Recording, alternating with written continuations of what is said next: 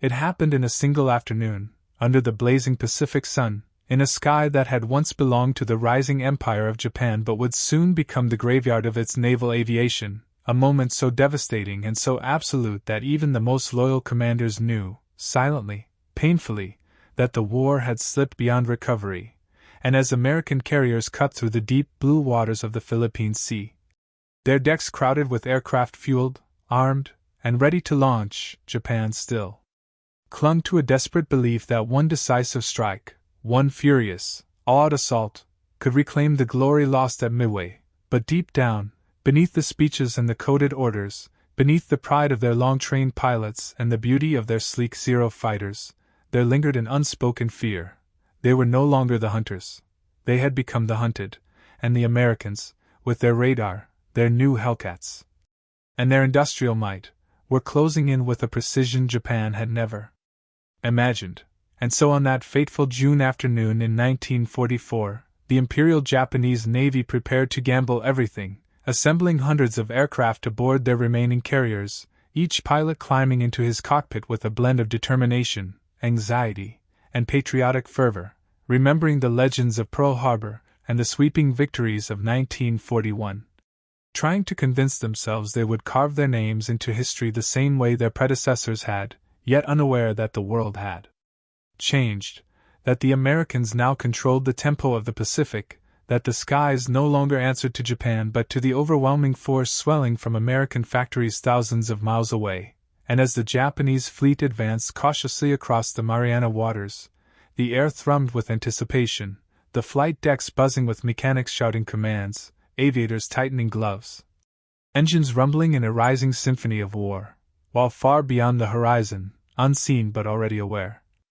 the U.S. Navy tracked every move through radar signals pulsing across the airwaves, silent, invisible, all-knowing, watching as Japan began to commit the last of its veteran aviators to the greatest aerial slaughter the Pacific would ever witness, and as the first waves of Japanese planes rose from their carriers, their engines roaring with the familiar confidence of men who had once dominated the skies, they climbed into formation, sunlight glinting off wings painted with the red circle of the rising sun, hundreds of them stretching across the sky like a vast iron flock heading toward destiny. Yet what awaited them was not the confused, unprepared enemy they had faced in the early war, but a meticulously prepared, technologically superior force, one that had studied Japan's patterns, their weaknesses, their tactics, and had forged a deadly shield of radar-directed fighter screens that would intercept them long before they could even glimpse the American fleet. And in those first ominous minutes, as Japanese aircraft flew proudly toward what they believed would be a decisive strike, the U.S. carriers remained calm and silent, their decks unnervingly still, because the Americans did not need to scramble in panic. They already knew exactly where the enemy was, exactly how many were coming, exactly when they would arrive, and the Hellcat pilots, sitting poised in their cockpits, engines idling, listened carefully to the voice of the radar controller, a man calmly directing them like a conductor guiding an orchestra, sending fighter groups to intercept with absolute precision. So when the first Japanese formations finally came into detection range, they were met not by disorganized resistance but by a wall of American fighters diving from above with overwhelming speed and firepower, tearing into their ranks with such brutal efficiency that the skies erupted into a storm of flaming wreckage, spiraling aircraft, and pilots screaming final prayers into static-filled radios, their formation collapsing in the first encounter alone. And in the midst of this devastating clash, the Japanese realized too late that their veteran pilots had been replaced by barely trained youths rushed through accelerated programs, men who had skill, courage, and heart but lacked the experience necessary to face Hellcats flown by combat-hardened American aviators whose aircraft outperformed theirs in nearly every measurable way. And suddenly the battle became not a contest of nations or strategies but a massacre, as one by one the Japanese aircraft fell, each explosion illuminating the truth Japan had refused to face. Their pilots were irreplaceable, their losses permanent, and their enemy had mastered a new form of warfare, one built on radar, coordination, industrial power, and unrelenting efficiency, a combination Japan could neither match nor counter. And as the battle raged across the open skies of the Philippine Sea, The American controllers continued to vector their fighter groups toward incoming waves with serene confidence, each new interception adding to the growing tally of Japanese losses, each wave returning with fewer and fewer survivors until eventually entire squadrons ceased to exist, wiped out before ever coming within visual range of the enemy fleet, leaving behind only empty seats at mess tables, trainee billets that would never be filled, and carrier decks whose crews waited in vain for wingmen who would never touch down again. And by mid-afternoon, the Imperial Japanese Navy, once the pride of the Pacific, watched as their final hopes vanished into smoke trails, the horizon dotted with churning black plumes marking the deaths of men who had believed they were flying toward victory, not annihilation, and within the command rooms of Japan's carriers, officers stared in numb disbelief at casualty reports streaming in through frantic radio transmissions, their hands trembling as they realized that the pilots they had spent years training, men groomed through rigid discipline, tradition, and elite instruction, had been obliterated in a matter of hours by an American force that seemed not just powerful but unstoppable, its radar eyes seeing everything, its aircraft striking with precision, its pilots fighting with the confidence of a nation whose factories could replace every lost aircraft 5 times over. And as the sun began its descent toward the ocean, painting the sky with streaks of gold and crimson that mingled with smoke rising from the sea, Japan faced a horrifying truth that no amount of propaganda or patriotic speeches could mask. This was not simply a failed operation, not merely a lost engagement. It was the irreversible end of Japan's ability to contest the skies, the moment they understood, with a cold and crushing clarity, that no matter how bravely they fought, the war's momentum had shifted permanently, and that they were now facing an opponent whose industrial strength, technological innovation, and relentless training pipeline would dwarf every effort Japan could possibly muster in the months and years to come. And as Japan's fading daylight shimmered across the trembling surfaces of the surviving carriers, commanders who had once spoken boldly of destroying the American fleet now stood in stunned silence, watching as flight deck crews prepared for pilots who would never return, their chalk-marked landing guides meaningless in the face of the disaster. Unfolding across hundreds of miles of open ocean, and somewhere deep within the flagship, an officer placed his hand on a radio receiver still warm from the flood of desperate transmissions. Half-finished maydays, broken cries for assistance, frantic warnings about Hellcats descending like predators from unseen heights, and he understood in that terrible moment that the Imperial Navy was staring into an abyss it could not climb out of, for this was not like Midway, where Japan had still possessed the illusion of recovery, still believed it could rebuild, reorganize, strike again with determination and ingenuity. But here in the Philippine Sea the reality was laid bare. Their last great reservoir of trained aviators had been scattered like ashes in the wind, and even if Japan had aircraft left to fly, there were no longer enough skilled hands to fly them, no eyes sharp enough to challenge the Americans, no spirits bold enough to overcome the fear now gripping every surviving pilot who limped back to the carriers with bullet-riddled wings and haunted expressions, whispering stories of radar-guided interceptors appearing out of nowhere, of coordinated American formations, moving with machine-like precision, of defensive guns so dense and accurate that entire attack groups were shredded before they could even begin their dives, and these testimonies, delivered through trembling voices and broken nerves, spread across the fleet like a contagion, infecting even the highest-ranking officers with doubt, dread, and a creeping sense of inevitability. And as the remaining Japanese aircraft struggled to land, some running out of fuel and plunging into the sea mere miles from their carriers, others crashing onto decks slick with spilled fuel and sweat, the crews below deck scrambled to salvage what little remained, hauling damaged planes into storage bays, extinguishing fires sparked by hard landings, and carrying wounded pilots to makeshift medical stations where doctors worked in dim, swaying rooms filled with the smell of antiseptic and salt water. Knowing that many of these young men were seeing their final sunset, knowing Japan had neither the time nor the resources to replace them, knowing the Empire's aerial backbone had snapped in a single afternoon, and above the chaos, the fleet admiral stared at maps illuminated by flickering lanterns, each marker representing a squadron that had ceased to exist, each cluster of symbols a grim reminder that Japan's offensive capabilities were crumbling before his eyes, and he whispered, almost inaudibly,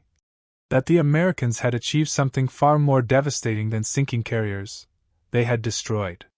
Japan's ability to wage modern war, and as night began to fall, the ocean darkened into an endless mirror of shadow and moonlight, and the American fleet, still largely untouched, prepared for the next wave with calm efficiency, pilots returning from patrols, mechanics checking engines, radar operators scanning the skies with the same quiet confidence that had defined the battle from the beginning. And on the flight deck of the USS Lexington, a Hellcat pilot climbed out of his cockpit. Stretching tired muscles, his face smeared with oil and sweat but his eyes still sharp, still focused, still ready to launch again if the order came, a stark contrast to the exhausted, shaken remnants aboard Japanese carriers who sat in stunned silence beside their machines, avoiding each other's gaze, haunted by the knowledge that the Empire had sent them into a slaughter they could never have survived, and the pilot on the Lexington, one of many who had fired upon wave after wave of Japanese planes, felt a somber respect for the men he had fought, acknowledging their bravery even as he recognized the futility of their mission, and as he walked across the deck, stepping over scattered shell casings and fuel-stained catwalks, he looked toward the horizon where smoke still rose faintly from the earlier engagements, and thought to himself that somewhere across that vast expanse, an entire navy was breaking. Not from the loss of steel and fuel, but from the loss of men, experienced, skilled, disciplined men whose absence could never be compensated by hastily trained replacements. And while the Americans prepared for the next day with routine discipline, the Japanese fleet remained eerily quiet, their radios filled only with low murmurs from officers discussing casualty numbers so staggering that some refused to believe them at first, insisting there must be a mistake. That so many pilots could not simply vanish in a single day, yet the truth was undeniable, borne out by the empty bunks, the silent barracks, the unclaimed helmets lying on decks washed by sea spray, and as the fleet's medical officers moved through the corridors tending to the wounded, one of them paused outside a wardroom where a group of surviving pilots sat hunched over, faces pale, uniforms torn, their hands shaking as they recounted encounters with American. Before we continue, please let me know, did anyone in your family fight in or live through World War II? Share their stories in the comments. Let's continue the story. Hellcats that had outclimbed them, outmaneuvered them, outgunned them, and struck with lethal accuracy, and one young pilot, barely 19, tears streaking through the grime on his cheeks, whispered that he had watched his entire formation disappear in less than 3 minutes, cut down before they could even see the enemy's ships, and the doctor, who had seen the worst tragedies of the war, felt a cold heaviness settle in his chest, realizing that the Empire's aerial elite had been extinguished in a single afternoon, replaced by nothing but fear and disbelief, and aboard the flagship, couriers rushed through narrow corridors carrying updated situation reports to the admiral, their footsteps echoing through the metal passageways like distant drumbeats, and when the admiral finally read the full casualty breakdown, hundreds of aircraft gone, dozens of senior pilots missing, the Empire's remaining aviation strength effectively crippled, he closed his eyes, inhaled deeply, and steadied himself against the table, understanding, with a clarity sharper than any battlefield revelation, that Japan had crossed the threshold of no return, that its carriers were now little more than hollow steel hulls unable to function as true offensive weapons, their air groups depleted beyond repair, their future operations doomed before they could begin, and in the quiet hours of the night, as he stood on the bridge staring into the dark waves stretching endlessly toward the horizon, he thought of Midway, of the early victories that had once filled him with pride, of the promise of an empire stretching across the Pacific, and he realized that those dreams had dissolved in the flames of crashing aircraft and the cold precision of American radar-guided combat. And as the Japanese High Command watched the unfolding disaster through the fading light of that long June afternoon, the weight of the moment pressed into every man present like a physical force, for even those who had once sworn that Japan's warrior spirit could compensate for material inferiority could no longer deny the stark reality that unfolded before them, their remaining pilots, many of them barely trained and placed into cockpits only weeks earlier, were flying into a storm guided not by instinct alone but by the cold precision of American radar, gunnery computers, disciplined formations, and ships bristling with anti-aircraft guns operated by crews who rotated shifts, trained relentlessly, and worked in an industrial system that could replace every shell fired before nightfall. And when the few surviving Japanese aircraft limped back toward the fleet, some riddled with holes, some trailing smoke, others simply running out of fuel, the carriers scrambled to retrieve them. But tragedy only deepened when exhausted, inexperienced pilots missed the deck, crashed into the sea, or slammed into the island's superstructure, turning the already depleted air wings into a scene of carnage, metal, and fire. And commanders who once spoke confidently of decisive battles now whispered amongst themselves, realizing that even if they somehow built new aircraft, even if they somehow trained new pilots, they could never replicate the experience of the men they lost, for those veterans represented years of hard-earned expertise that Japan's fragile wartime system simply could not replace. Meanwhile, aboard American carriers, pilots prepared for the counterattack with a calm professionalism that came not from arrogance but from a system built for endurance, where instructors trained thousands of new flyers every month, where ground crews worked with machine-like precision, where damaged aircraft were patched and returned to flight within hours rather than days, and where every engagement taught valuable lessons that spread instantly across the fleet through shared training, briefings, and a unified doctrine, something Japan had never developed, relying instead on isolated brilliance and the myth that individual skill alone could win a modern industrial war. By the time American strike groups were fully airborne, the sun was beginning its descent, casting long golden beams across the clouds, illuminating sleek formations of Hellcats, Avengers, and Dauntless as they thundered across open ocean toward where they believed the Japanese fleet to be. And though many American pilots were young and inexperienced themselves, they were buoyed by confidence in their machines, their training, and the logistics that ensured they flew with full fuel tanks, reliable engines, and equipment that had been tested thousands of times under rigorous conditions. And as they approached the Japanese fleet, Japanese lookouts, overworked, exhausted, their nerves frayed, sounded alarms that echoed across decks already shaken by the disasters of the morning, while flight crews scrambled to arm new aircraft even though they knew they didn't have enough pilots left to fly them. And gunners braced for impact as shadows appeared overhead, followed by the distinct roar of American engines that marked the arrival of the attack that would seal their fate. Bombs began to fall. Torpedoes splashed into the sea. Anti-aircraft fire erupted in frantic barrages that lit the sky with orange arcs. But nothing could mask the fear rising through the Japanese ranks as they realized their carriers, the Kaga, the Shokaku, the Zuikaku, were no longer instruments of power but floating targets with no air groups left to defend them effectively, and the men aboard watched helplessly as American planes swooped in disciplined formations, undeterred by the scattered bursts of flak, guided by superior coordination that allowed them to strike from multiple angles simultaneously, overwhelming the defenders and turning the decks into infernos once American bombs detonated among the fuel lines, aircraft stored on deck, and ammunition waiting to be loaded. Fire crews rushed forward, shouting, dragging hoses, forming chains to slow the spreading flames, but they faced a losing battle as smoke engulfed the carriers, choking the air and blinding men who stumbled about desperately, knowing that one wrong step could plunge them into a burning pool of aviation fuel.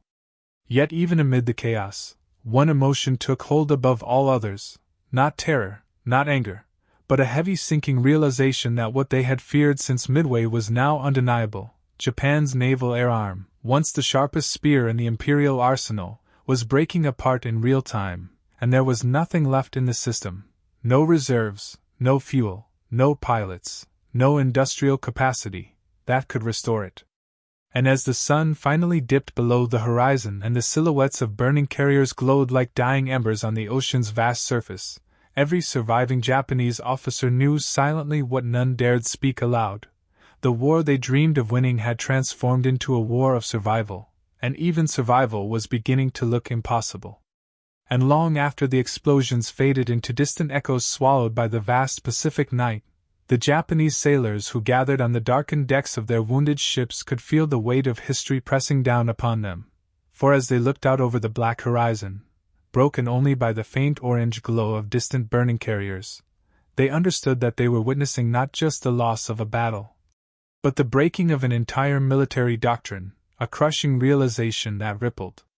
through the ranks more devastatingly than any bomb, because from the earliest days of their naval tradition they had been told that skill, spirit, and discipline were the ultimate weapons of war, and now, in the face of overwhelming American technology, radar-directed fire, mass production, pilot rotation systems, and fleet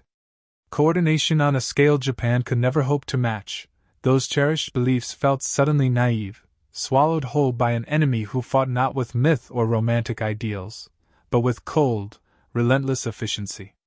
On the American side, as night operations continued, pilots returning from their strikes struggled in darkness to land on pitching carrier decks illuminated only by dim blue lights, a dangerous procedure that cost several aircraft and men, yet even these losses were absorbed by an industrial system so vast that each plane lost would be replaced within days.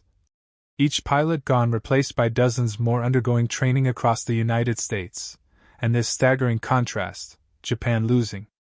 irreplaceable veterans while America replaced losses effortlessly, was the true turning point that Japanese strategists had feared since Pearl Harbor but never fully admitted, and now, as the survivors counted their losses, they confronted the unavoidable truth: they had entered a war of attrition with a nation that could outproduce them tenfold in ships, 20-fold in aircraft, and 50-fold in trained pilots. Reports from the battle filtered back to Tokyo slowly at first, carried through guarded messages and fragmented communications, but when the numbers became clear, nearly every aircraft launch destroyed, entire air groups wiped out, carriers burning or severely damaged, an eerie silence spread across Japanese naval headquarters, for the officers who studied the reports were not fools. They could read the implications in every line. Their veteran corps, the elite aviators who had carried Japan from Pearl Harbor to the Indian Ocean, fought in China, decimated British fleets, and terrified American and Dutch forces early in the war, were gone, consumed in a single horrifying day, leaving behind only a handful of exhausted pilots who openly admitted that they had never seen anything like the radar-guided American defense. A system so effective that some Japanese aircraft were shot down before they ever realized they had been detected. Meanwhile, in Washington and aboard the American fleet, the mood was not celebratory but purposeful, as commanders understood the scale of what had been accomplished. The backbone of Japan's naval aviation was shattered, and with it, Japan's ability to launch any significant offensive operations for the remainder of the war, a reality that meant the road to the Marianas, the Philippines, Iwo Jima, and Okinawa was now open, and each of those steps would bring American bombers closer to Japan's homeland, a prospect that caused deep unease among Japanese leadership who knew that they had no defensive plan capable of stopping the B-29 superfortresses once they began their raids. Yet even as the battle's implications sank in, there were still those in Japan who clung to hope, insisting that the spirit of the samurai could somehow balance the scales, but anyone involved in naval aviation knew that their hopes were illusions. Without experienced pilots, Japan's formidable Zero fighters were little more than fragile, lightly armored machines flown by young men who barely knew how to land, and if those inexperienced youths faced the same radar-directed defenses that had torn their predecessors apart, the results would be just as catastrophic. Throughout the night, as American ships retrieved pilots, repaired flight decks, and prepared for another day of operations, Japanese ships drifted in scattered groups, some without power, some without air groups, some aflame, and many simply trying to hide in the darkness, hoping to avoid detection long enough to escape the nightmare that had engulfed them. For the idea of facing another wave of American aircraft at dawn was too much for many to bear. And when the first pale light of morning broke over the horizon, illuminating a sea littered with floating debris, oil slicks stretching for miles, and the smoldering remains of Japan's once proud carrier force, every surviving Japanese officer felt a hollow ache in his chest as he realized that this sight, their fleet torn apart, their pilots gone, their future clouded by a storm they could no longer withstand, marked a point from which there was no return, a moment that would echo across history as the day Japan's dream of victory died not in some dramatic final battle of equal strength, but in a lopsided slaughter that made clear the stark truth: their empire had awakened a giant they could not hope to defeat, and now that giant was moving toward them with a momentum no courage or tradition could ever stop. And as Japanese officers attempted to gather their scattered ships into some semblance of order after the devastating night, they found themselves confronting logistical nightmares that only deepened their despair. For their remaining carriers, those that had not been sunk outright, were effectively toothless, their flight decks scarred by fire, their hangars littered with the wreckage of smashed aircraft, their fuel reserves dangerously low, and their crews exhausted from fighting fires, rescuing survivors, and attempting to restore engines and pumps that had been pushed beyond their limits during the chaos of the previous day. And every effort at regrouping was haunted by the growing awareness that American reconnaissance planes were already circling like predators above the horizon, marking positions, relaying coordinates, and preparing the next wave of destruction. On board the flagship, senior officers argued in hushed voices about whether to withdraw entirely or attempt to regroup and mount a token counterstrike. But even the most loyal believers in Japanese naval doctrine could not ignore the reality that they lacked the aircraft, the pilots, and the element of surprise to make any such effort meaningful. Instead, their deliberations were overshadowed by the dread that American forces might already be preparing another massive assault that would finish what the initial strike had begun.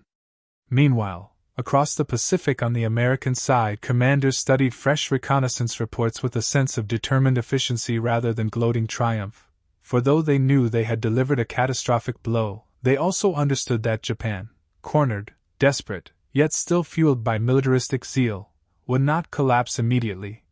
And thus the victory at the Philippine Sea marked the beginning of an even more relentless phase of the war, one that would demand more ships, more planes, more lives, and more endurance as they pushed ever closer to the Japanese homeland.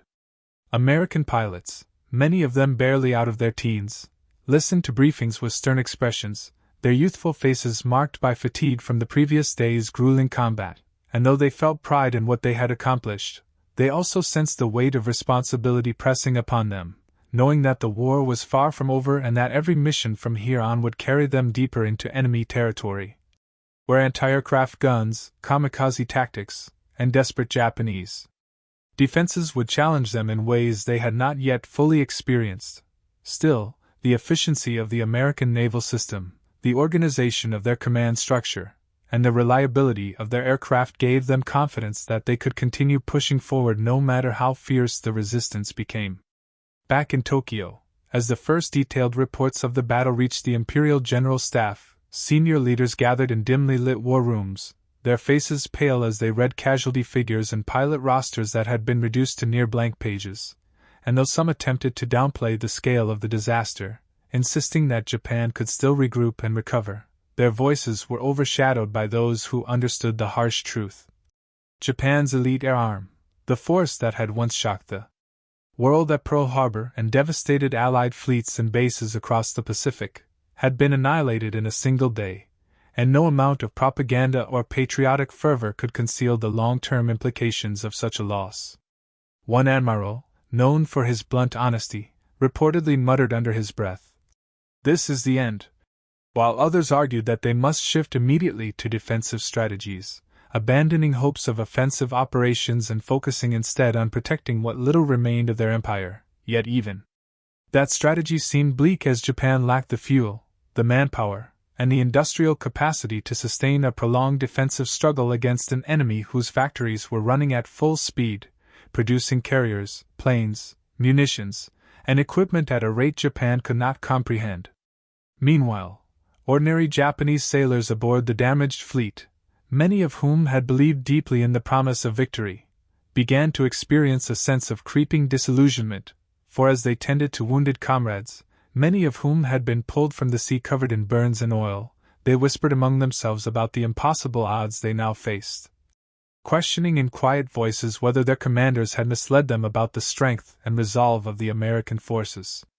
Yet even in their despair, they continued their duties with the unwavering discipline expected of them, manning pumps, repairing hull damage, collecting debris, and searching for survivors long after the initial shock of the battle had worn off, driven by a sense of loyalty to their fellow sailors rather than faith in victory.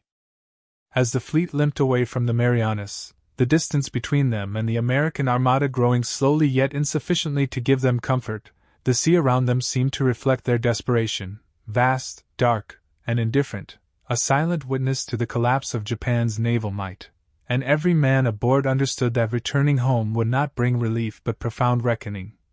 For the loss of so many aircraft and pilots would demand answers that their leaders were unprepared to give. Answers that would echo through every remaining phase of the war. And as the battered remnants of the Japanese fleet finally slipped beyond the immediate range of American aircraft, their decks littered with debris, scorch marks, broken railings, and the silent bodies of men who had given their lives in a battle they could never have won, the mood aboard every surviving vessel became one of heavy, suffocating reflection. For the sailors knew that the ocean itself had carried witness to their humiliation, and the once proud Imperial Navy, feared in the early years of the war for its precision and ferocity, now drifted homeward not as a fleet returning from battle, but as a ghost of its former self, a scattered procession of wounded giants limping across the Pacific while their crews quietly wondered what future awaited them. Some sailors, those who clung to the propaganda that had fueled their early victories, still insisted that Japan could rally, that the Emperor's protective spirit would guide them, that some miracle, be it a new weapon, a bold strategy, or a stroke of luck, might turn the tide once more, but even they spoke with trembling voices, betraying an inner knowledge that such hopes were illusions fading rapidly with each passing mile. Others, more pragmatic, whispered among themselves about America's overwhelming production, ships that seemed to replace themselves overnight, aircraft manufactured faster than Japan could supply fuel, pilots trained in programs so massive that even the losses of the Philippine Sea, devastating to Japan, represented only a day's worth of replacements for the Americans. And they understood that they were now fighting not against another navy, but against an entire industrial civilization capable of projecting power across the entire ocean. Meanwhile, back at American headquarters, analysts reviewed the results of the battle with precise attention, calculating ratios of aircraft destroyed, fuel expended, and ordnance used, and though the tone among the officers was confident, even optimistic, there remained an awareness that Japan, cornered and desperate, would adapt in unpredictable ways, perhaps turning to suicide tactics, last-stand defenses, or strategies rooted in the brutal belief that honor mattered more than survival, and this foresight proved chillingly accurate in the months that followed. Yet for now, the victory at the Philippine Sea stood as a monumental shift in the Pacific War, not just for its tactical value, but for its psychological impact, for when news of the battle reached American newspapers, families across the U.S. cheered the reports of staggering Japanese losses, viewing the triumph as a sign that the war was finally tilting unmistakably in America's favor. Even as military leaders quietly reminded themselves that the hardest battles, Saipan, Peleliu, Iwo Jima, Okinawa, still lay ahead, each promising casualties on a scale that would test American endurance. In Japan, however, the public was told little. Newspapers downplayed the losses, broadcasting vague claims of minor setbacks, but the truth could not be hidden from those who mattered most, the naval families who waited for their sons, husbands, and fathers to return from duty, only to be met by silence, government letters, and the grim knowledge that entire air groups had vanished without a trace. In the naval academies, the instructors, once proud and confident, now faced nearly empty classrooms for the best students. Those who had shown exceptional promise had been rushed to the front during the desperate months before the battle, only to perish in the Marianas in what survivors bitterly described as a slaughter, not a battle. And those few who remained could only stare at the vacant seats and wonder how they could possibly rebuild a force capable of challenging the Americans ever again. The psychological toll spread quickly through the ranks of the military, from pilots who knew they would soon be thrown into cockpits with barely an hour of training, to sailors who understood that their next mission might be aboard ships that were shadows of their former power, to officers who recognized that the loss of the carriers meant the loss of Japan's ability to shape the war in any meaningful way. Even the highest levels of government were shaken. Debates erupted behind closed doors between traditionalists who still believed Japan could force a negotiated peace by fighting a long, grueling defensive war, and realists who knew that such a strategy would only prolong the suffering of the Japanese people without altering the inevitable outcome. And yet, despite this growing internal turmoil, Japan's leaders maintained their outward resolve, unwilling to show weakness or admit the true scale of the catastrophe, even as reports from the fleet painted a grim picture of shattered ships, traumatized sailors, and a navy that had lost not only aircraft and pilots but also the intangible backbone of its identity, the belief that it could win. As the fleet approached home waters, the shoreline gradually rising into view beneath gray, overcast skies, many sailors stared at the land in silence, knowing that the nation awaiting them was not the confident empire that had sent them to war years earlier, but a struggling homeland tightening its belt as resources dwindled, factories strained under shortages, and civilians braced for the air raids that would soon bring the war directly to their doors. The Philippine Sea had not merely shattered Japan's naval strength, it had opened a wound that the nation lacked the means, manpower, or morale to heal, a wound that would continue bleeding until the final, inevitable collapse. And as the battered ships entered Japanese harbors under a veil of fog that seemed almost merciful in its ability to hide the full extent of their ruin, dockworkers, mechanics, and junior officers waiting on the piers felt their breath catch when the silhouettes finally emerged from the gray curtain of morning, for these vessels, once symbols of Japanese power, sleek, confident, and gleaming with the pride of early victories, now appeared twisted and scorched, their decks warped, their masts broken, their hulls stained black by fire and oil, and the men who stepped off them looked like ghosts themselves, hollow-eyed, exhausted beyond measure, clad in uniforms stiff with salt, soot, and sweat, their faces set in expressions that revealed the truth long before any report could be delivered. Families waiting to greet their loved ones strained to find familiar faces, but many stood frozen when they realized entire squadrons were missing, entire air groups gone, entire sections of the carrier crews reduced to a handful of survivors who disembarked in silence, carrying with. If you already watched till this part, so please comment below your city name. Let's continue the story.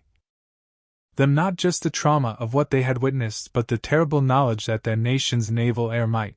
the pride of Japan, the sharp spearhead of its Pacific ambitions, had died in the Philippine Sea. Official communiques released to the public downplayed the losses, speaking vaguely of difficulties encountered and regrouping strategies. But rumors spread quickly among dockworkers, sailors, and residents living near naval bases, for they had seen the crippled ships limping home, watched the wounded being carried off in stretcher after stretcher, smelled the acrid stench of burned metal and jet fuel, and heard the hushed voices of surviving officers who could no longer mask their despair.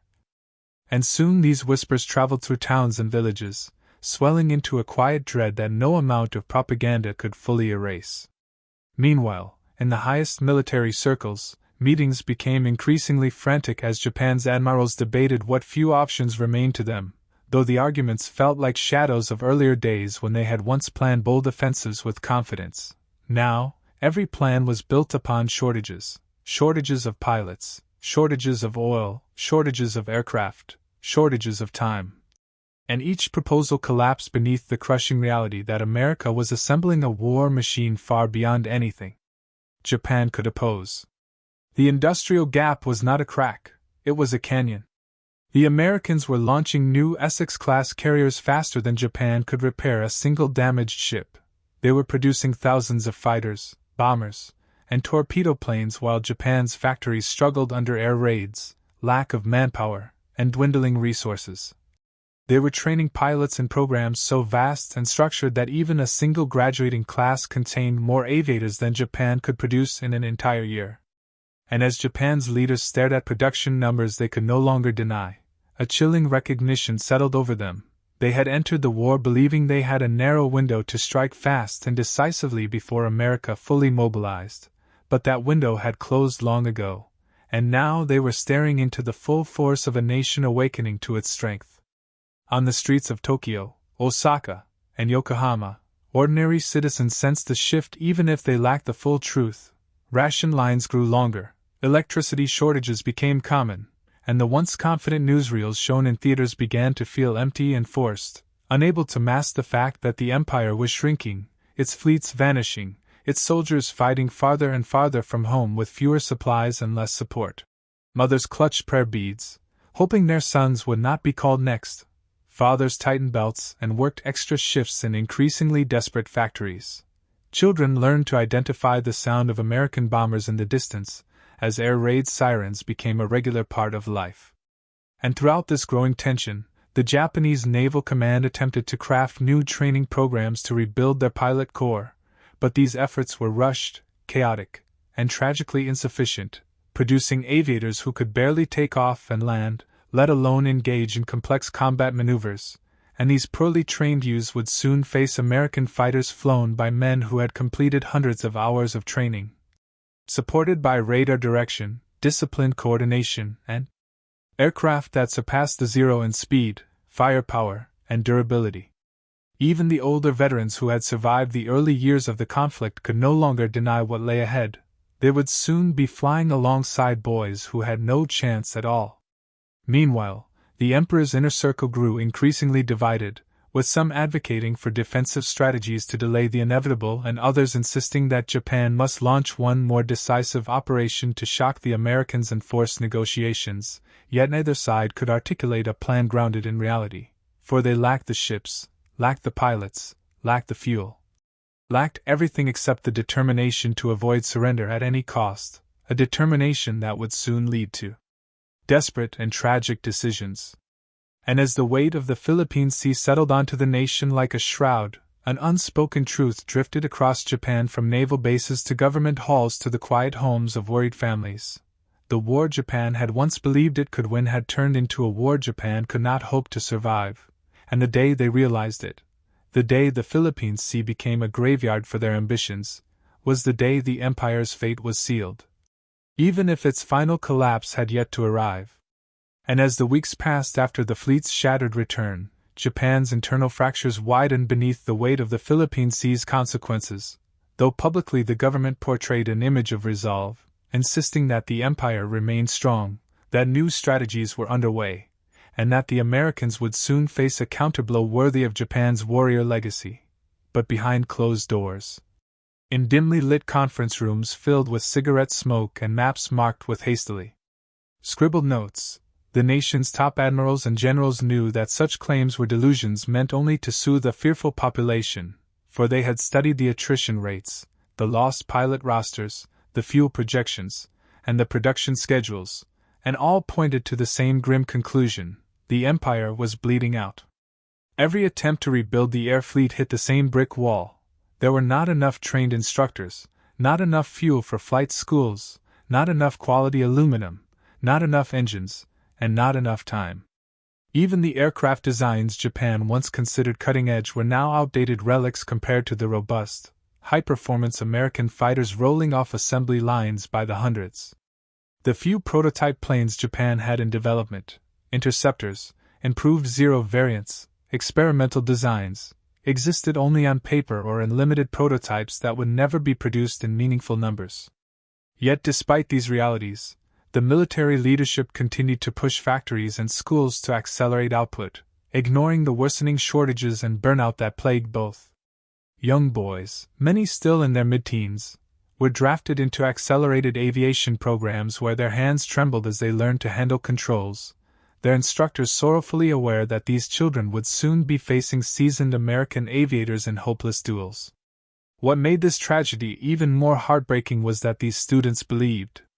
wholeheartedly that they were preparing to defend their homeland, unaware that the empire had already lost any realistic chance of survival the moment the skies above the Philippine Sea turned into a slaughterhouse.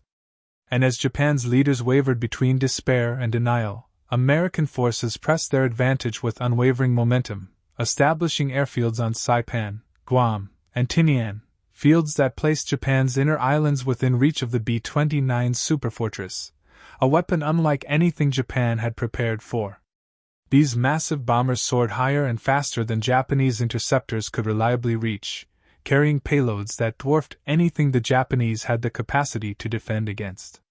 When the first B-29 raid struck the Japanese home islands, civilians who had never imagined war would reach their cities watched in horror as incendiaries turned neighborhoods into roaring infernos, and the shock That rippled through the population echoed the hopelessness felt by Japan's naval survivors weeks earlier. Factories already strained by shortages were further crippled by bomb damage, transportation networks faltered, cities darkened as electricity was rationed to conserve what little fuel remained, and morale, once the strongest asset in Japan's military culture, began to crumble under the relentless weight of reality. Soldiers stationed in remote outposts sensed the shift too. Supply convoys grew infrequent, ammunition shipments dwindled, and rations became thin. Their commanders' orders became increasingly desperate, urging them to hold positions that no longer served any strategic purpose but symbolized Japan's refusal to retreat. Meanwhile, across American bases in the Pacific, the victory at the Philippine Sea strengthened the confidence of every sailor, pilot, and marine preparing for the coming campaigns, for they now understood with clarity that Japan's once formidable air power was no longer capable of meaningful resistance, and this realization intensified their resolve to push forward until the war was decisively finished. Reinforcements poured in, new carriers arrived in theater, and American technological innovations, radar improvements, sonar advancements, better bomb sights, enhanced fighter coordination, continued to sharpen the Allied edge until the imbalance became overwhelming. Even the American public, thousands of miles away, felt the shift. Newspapers reported the Philippine Sea victory with bold headlines, and though many families still carried the heavy worry of loved ones fighting overseas, there was a growing belief that the war's end was approaching, that the sacrifices made at Pearl Harbor, Guadalcanal, and Tarawa were beginning to bear fruit. For Japan, however, the opposite was true. The Philippine Sea had not simply marked a turning point, it had exposed a fatal flaw that no courage, no strategy, no last-minute innovation could repair. From the moment their veteran pilots fell into the Pacific waters, the Empire's fate was sealed, and even though the war would continue for more than a year, through Iwo Jima, Okinawa, and eventually the devastation of Hiroshima and Nagasaki, the true moment Japan lost the war had already passed in that afternoon's sky above the Marianas, when hundreds of black smoke trails drifted down toward the ocean like a grim rain, each marking the end of a pilot Japan could not replace. And though the Empire fought on with the tenacity and desperation born of cultural pride, every officer in the inner military circles, whether Army, Navy, or Air, carried the quiet, unspoken knowledge that the shadow cast by the Philippine Sea would stretch over every battle that followed, growing longer with each defeat, deeper with each loss, until finally the weight of the inevitable could no longer be denied. And as the final months of 1944 unfolded, the ghosts of the Philippine Sea continued to stalk every decision in Tokyo's war rooms, whispering, through casualty lists, fuel shortages, and the hollow silence of empty pilot training halls, that the Empire's downfall had already been written in the sky over the Marianas, even if its leaders refused to speak the truth aloud. And this unspoken dread became unmistakable as American forces seized the Marianas, and quickly transformed them into massive forward bases, airfields sprawling across captured islands like concrete harbingers of destruction, their runways soon filled with the dark silhouettes of B-29 superfortresses whose thunderous engines signaled the beginning of a strategic nightmare Japan had never imagined it would face. When the first waves of these giant bombers appeared over Japan's cities, climbing higher than most interceptors could reach and moving with chilling purpose, civilians stared upward with a mix of disbelief and fear, their once safe skies now filled with enemies who came not to duel fighters or engage fleets, but to reduce Japan's industrial heart to ash.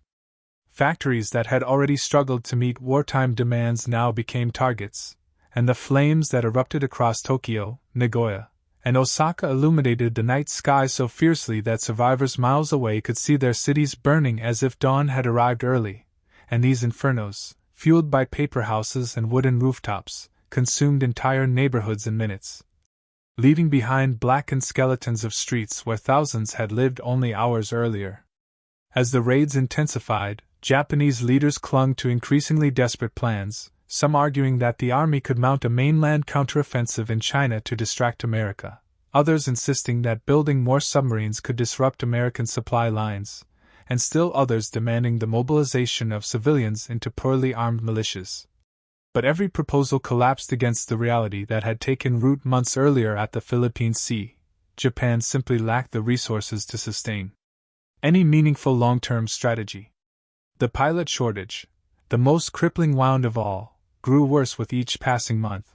While the Americans introduced wave after wave of new aviators trained under rigorous, standardized programs, Japan resorted to sending barely trained youths into combat, boys who had learned to fly only in theory, thrown into cockpits that rattled from engine fatigue and material shortages. And when these inexperienced pilots engaged American Hellcats, Corsairs, and Mustangs, they were often shot down within moments, their planes falling in smoking spirals reminiscent of the dark trails that had marked Japan's doom in the Marianas. Even the much-lauded Zero, once considered the king of the Pacific skies, was now hopelessly outclassed, its thin armor and limited firepower no match for advanced American fighters designed to take blows, deliver punishing damage, and return home, supported by a logistics network that saw to it that every aircraft, every pilot, and every bullet arrived exactly where needed. Meanwhile, Japan's navy, once the empire's pride, was reduced to scattered remnants, battleships that lacked fuel to sail, carriers without aircraft, destroyers unable to leave port, and submarines used more for desperate transport missions than for any effective combat. The officers who had survived the Philippine Sea walked the decks of these hollowed vessels with haunted eyes, recalling the days when their fleet had seemed unstoppable and struggling now to reconcile those memories with the rusting, fuel-starved skeletons moored in quiet harbors, their guns silent, their engines cold.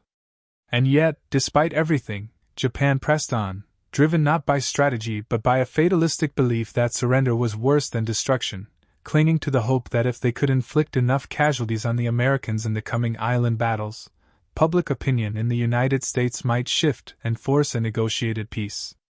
But American resolve, hardened by Pearl Harbor and fueled by victories across the Pacific, only grew stronger, and U.S. leaders understood clearly that a cornered Japan was more dangerous than a confident one, making total victory the only acceptable outcome.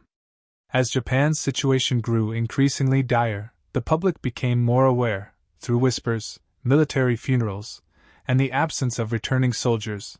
that something had gone terribly wrong months earlier, even if the government refused to identify the Philippine Sea as the decisive moment. Yet the mothers who waited at train stations for sons who never returned, the factory workers who labored under impossible quotas, and the sailors repairing ships that would never sail again all knew instinctively that the war's momentum had slipped away the day Japan lost its air wings to an enemy they could not match. And when the first kamikaze units were formed, sending young men to their deaths in aircraft packed with explosives, the decision revealed more truth than any public statement. Japan no longer had enough pilots to fight a traditional air war, and the empire's leaders, once proud masters of naval aviation, now resorted to suicide tactics born of desperation, a symbolic admission that the skies no longer belonged to them. Throughout all this, the memory of the Philippine Sea persisted like a wound that refused to heal, because deep in the hearts of every surviving Japanese officer, from seasoned admirals to junior pilots, there remained the understanding that everything happening now, every loss, every firebombing, every desperate measure, was merely the long, tragic echo of that day when Japan's elite aviators vanished into the Pacific in plumes of smoke, and the path to defeat became not just likely, but inevitable. And as 1945 dawned with a cold, unforgiving clarity, Japan found itself trapped beneath the full shadow cast by the Philippine Sea, a shadow that stretched across every battlefield, every home, every decision made by leaders who could no longer escape the consequences of their earlier miscalculations, and though they still spoke publicly of honor, duty, and the will of the emperor,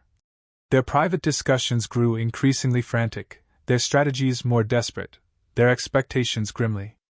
realistic, for they now understood that the Americans were approaching with unstoppable momentum, backed by a war machine so vast that Japan's once proud fleets and armies seemed microscopic in comparison. When American Marines stormed the shores of Iwo Jima, they did so with overwhelming firepower, aircraft circling overhead in waves, and battleships pounding the volcanic island day and night, and the Japanese defenders, dug deep into tunnels and fortifications, fought with ferocity unmatched anywhere else in the Pacific. Yet even their courage could not mask the reality that Japan's air support was non-existent. its fleet too shattered to intervene, its pilots too few and too unprepared to challenge the American onslaught.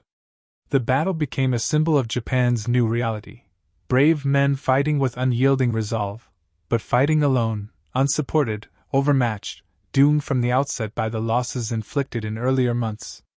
And when American forces moved next to Okinawa, Japan's final defensive line before the home islands, the battle turned into a nightmare of fire, steel, and desperation, as kamikaze pilots hurled themselves against American ships in a last attempt to compensate for their lack of trained aviators, their desperate attacks sinking vessels and killing sailors,